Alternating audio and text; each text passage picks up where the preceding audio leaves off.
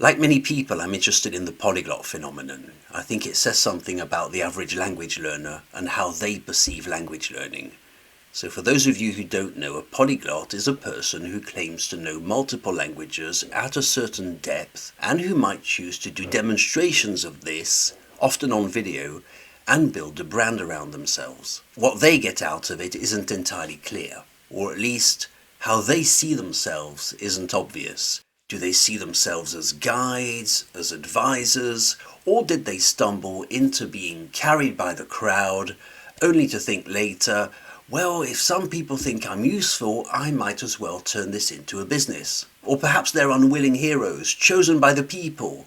There I were, minding my own business, learning 20 languages, all by myself. I just happened to make a video of it, and before I knew it, the people carried me and chose me as their hero. For reasons not yet known to me, these video demonstrations gather enough appeal to draw people in.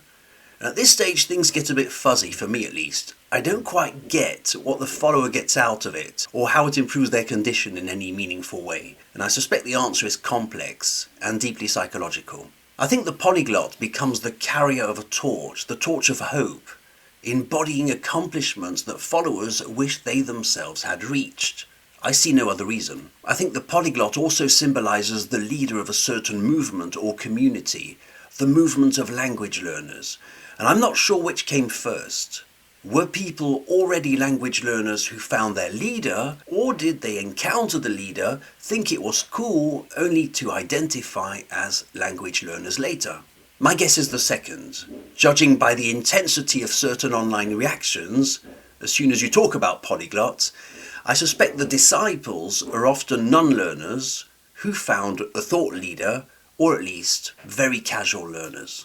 This is why I just can't imagine what use a serious language learner would ever have for a polyglot, unless the follower was both very young and very casual about their learning. It's like video games, isn't it? If you're a gamer, you meet the guy who has 5,000 games, there's a certain final boss aura about him, surely he's my master, he has 5,000 games. When I say that polyglots aren't good at what they do, I mean that they cannot possibly be as good as they imply. There are natural time constraints, mental limits, and cognitive realities that make mastering several languages deeply, if not impossibly, challenging. Even if it weren't impossible, it would be beyond proof. I'll take myself as an example. I have over 40 years of balanced bilingualism, which is quite rare, if you look it up. Imagine the decades of exposure I've had in English and French. Well, I'm incapable of fully explaining my ability, especially on YouTube, so as much as I can't, neither can they. This puts polyglots in a strange role, because they're incomplete gods. Their skill is absolute, in the sense that they're larger-than-life authorities, at least much more skilled than you, if you follow one, yet they're not that great. It's a bit like worshipping a deadly fighter, but you've only seen footage of the sparring sessions. Yeah, but he's a killer, he's really a killer. At least he's much better than I am.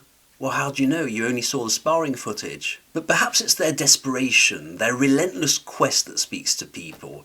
Their status as mortal gods, modestly admitting they're not perfect, yet pushing on anyway, makes them human and vulnerable. You see yourself in them. You cheer them on. You can do it, we're behind you. You can learn language number 21. If there are any true language learners among the followers of these polyglots, I would say this. I think your model is damaging to your psychology. Their skill can't be proven, you don't really know who you're following, and the assumption that someone learning multiple languages is inherently more skilled or passionate than someone who specializes in one or two is deeply flawed. The polyglots don't usually draw fascinating conclusions across multiple languages, because this isn't what casual learners want. What matters is to keep multiplying the supposed languages they know to inflate the hot air balloon bigger and bigger and impress you. We're not going to discuss the whole polyglot phenomenon in this single video, but consider these questions. Why do the vast majority of polyglots have no qualifications in languages? How likely is it that they grossly overestimate their own ability? Why do people defend them so aggressively, almost as if one were attacking their faith? Why do polyglot influencers recognize each other, make videos together, and mutually validate their skills. And finally, how inferior do you feel to them, and what use exactly are they to you? I don't know if I have a conclusion to this video, but I feel I've raised some important questions. Why are they a thing, these polyglots? What role do they play? Who elected them? Why do they promote themselves? And most importantly, what influence do they have on your psychology as language learners? My name is Chris from We Communicate. I teach French to adults. Head off to wecommunicate.com. Your first 10 classes are free. Try it, see if you like it. I hope to see you very soon. Thanks for watching.